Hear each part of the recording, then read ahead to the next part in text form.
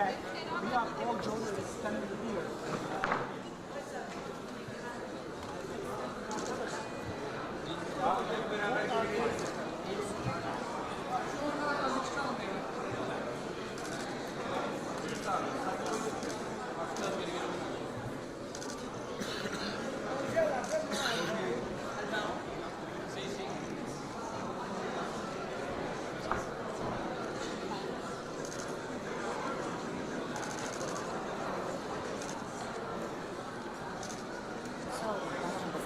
Sí. Okay, we need to start, please. We need to start. Can we go to our seats, please? Okay, thank you. Thank you. Thank you. You don't move.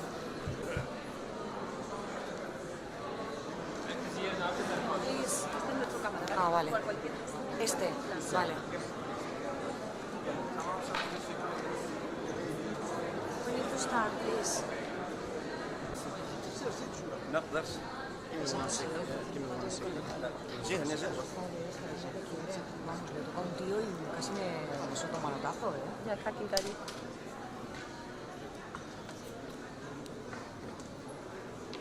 Okay, good. We will take another one when the table is complete full.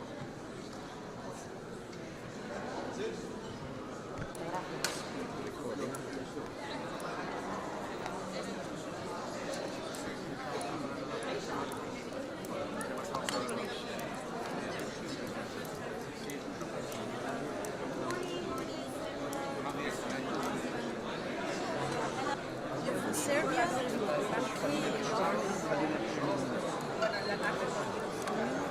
From Spain.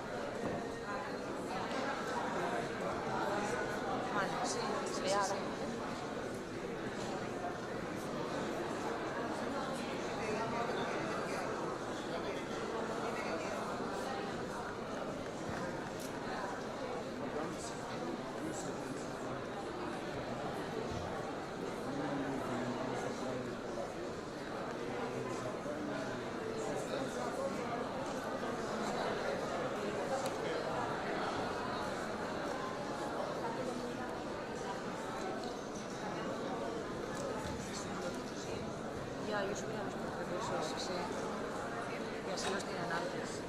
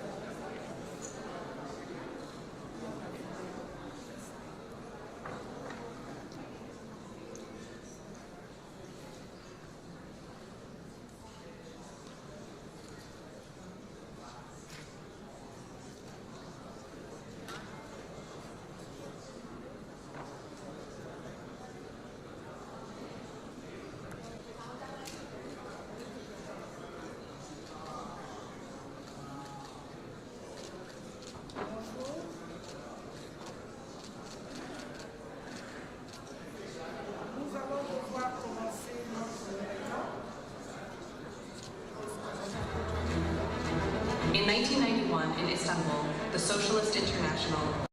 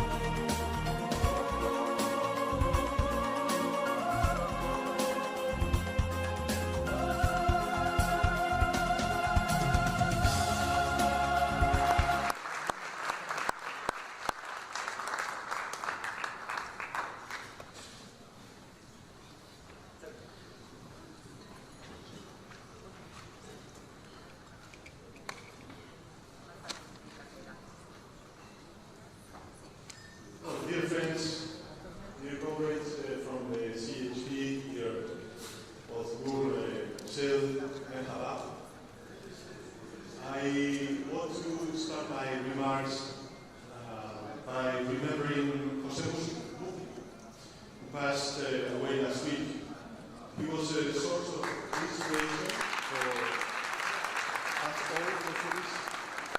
The best tribute we can pay him is to work tirelessly for the values he always stood for. Thank you for leading us always with your exemplary life and your unique wisdom. I would also like to give a warm welcome to all delegates from our member parties as well as our special guests. Thank you for coming to Istanbul. Special thanks for our comrades, our host from the Republican People's Party for their support and hospitality, the Sheikh Kulash. I would like to recognize the CHP leader and IS Vice President, my friend, Pedro Sánchez, for demonstrating once again here today strong leadership during these crucial and challenging times also for Turkey. Dear friends, we hold our council in Istanbul, a beautiful city that is more than a historical and cultural crossroad.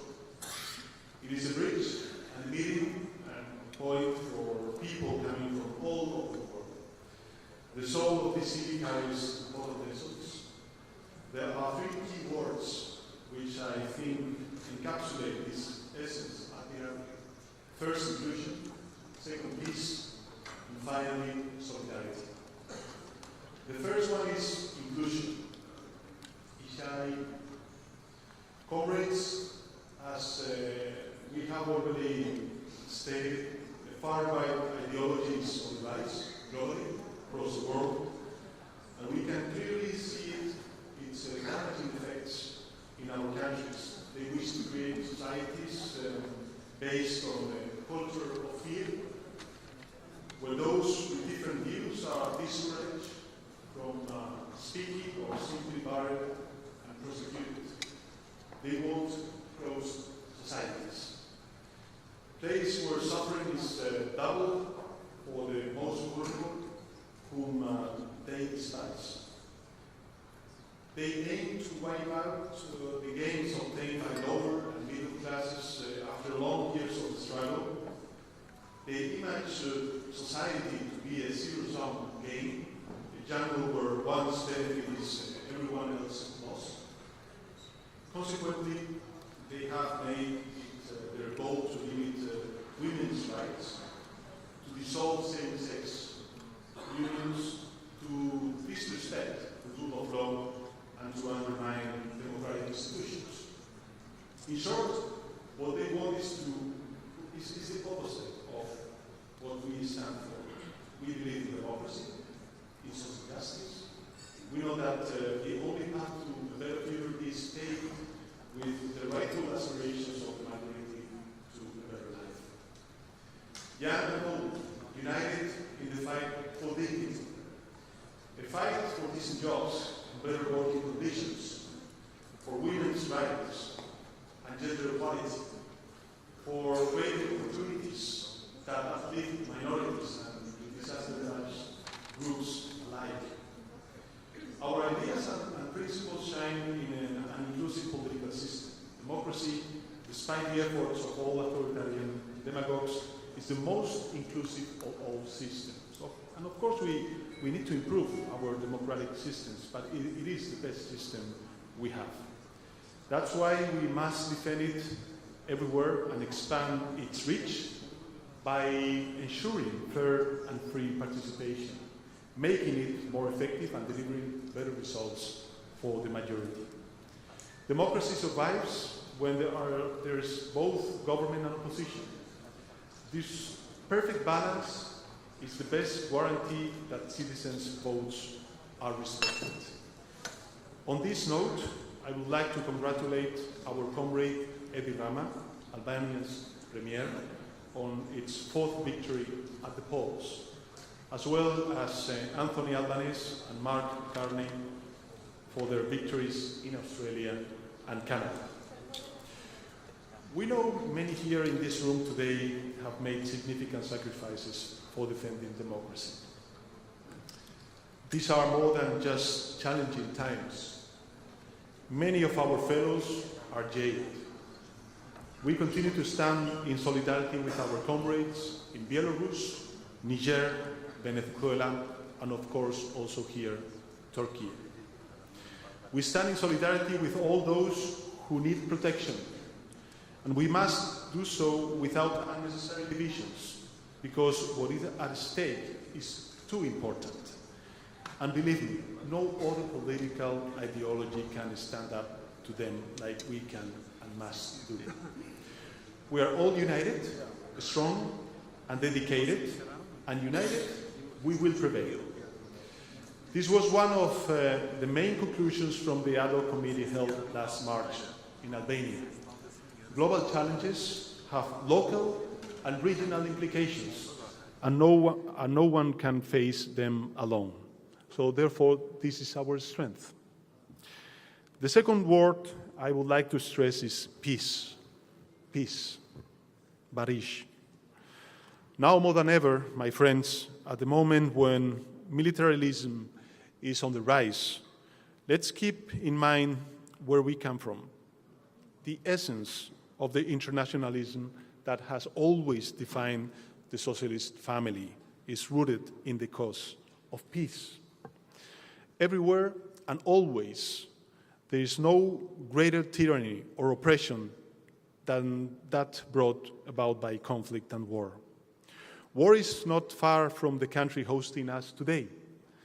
From the northern shores of the Black Sea to the eastern shores of the Mediterranean, the two seas that embrace Turkey, conflict looms close. In the north, in Ukraine, our position is clear. We seek a just and lasting solution to this conflict of aggression launched by Putin against a sovereign state. Ukraine has a right to live in peace and enjoy security guarantee for its future. The suffering of the Ukrainian people must be acknowledged and their sacrifices fairly recognized. We welcome all ongoing mediation efforts. We will support them. As I have said repeatedly, peace in Ukraine and European security are two sides of the same coin.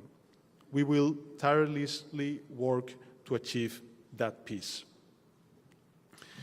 You know that my government, the Spanish government, has taken a firm stance on the dramatic situation that is taking place in Gaza. The current state of affairs is simply unacceptable, and we won't remain silent. Indifference is not an option for the international community.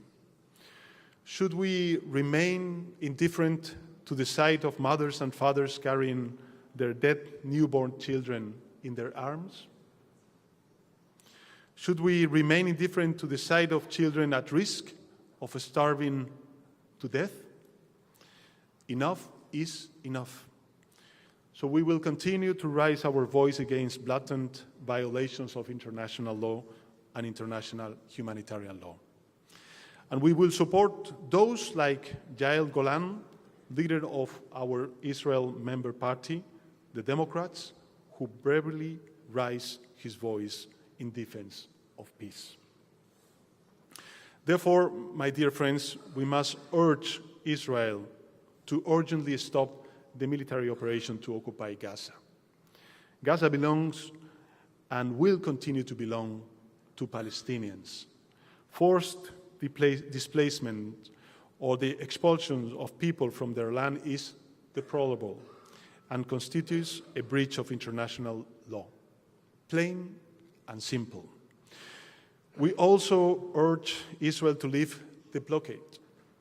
It must urgently allow humanitarian aid into Gaza at a scale sufficient to address the catastrophic crisis that is now driving people to starve to death. Children are dying from malnutrition daily. Basic medical care is not reaching those who need it. To this end, I have to announce you that Spain and Palestine are jointly promoting a new draft resolution at the United Nations General Assembly.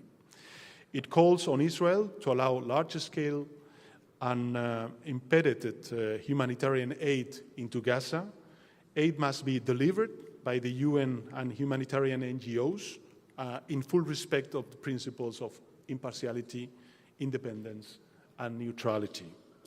And let me be clear, calling for basic human justice is not being against anyone. It means standing for the values that define us as human beings. The Socialist International and also my government, the Spanish government, have consistently called for the release of all remaining Israeli hostages. But Israel must understand, peace cannot be achieved through force, especially not through the massive humanitarian suffering, such as the Palestinian population is enduring. A two-state solution is the only way that a just, comprehensive, and lasting peace can be built. And I'm so proud to belong to a family that stands for these principles. Thank you very much, my comrades.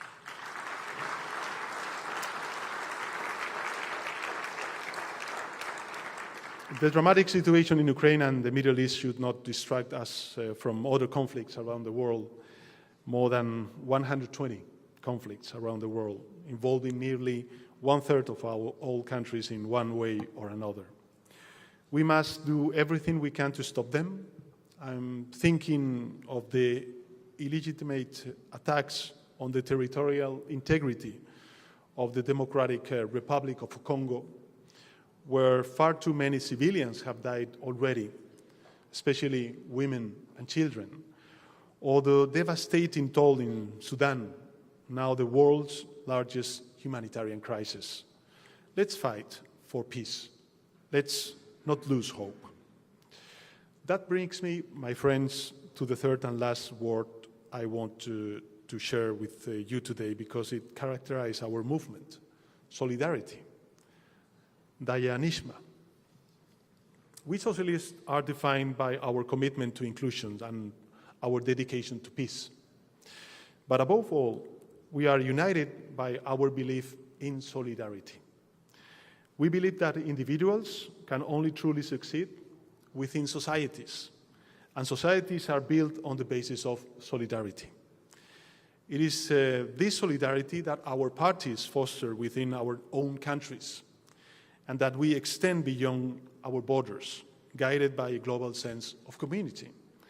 Well, this sense of global solidarity is precisely what the current wave of nationalism is rapidly eroding.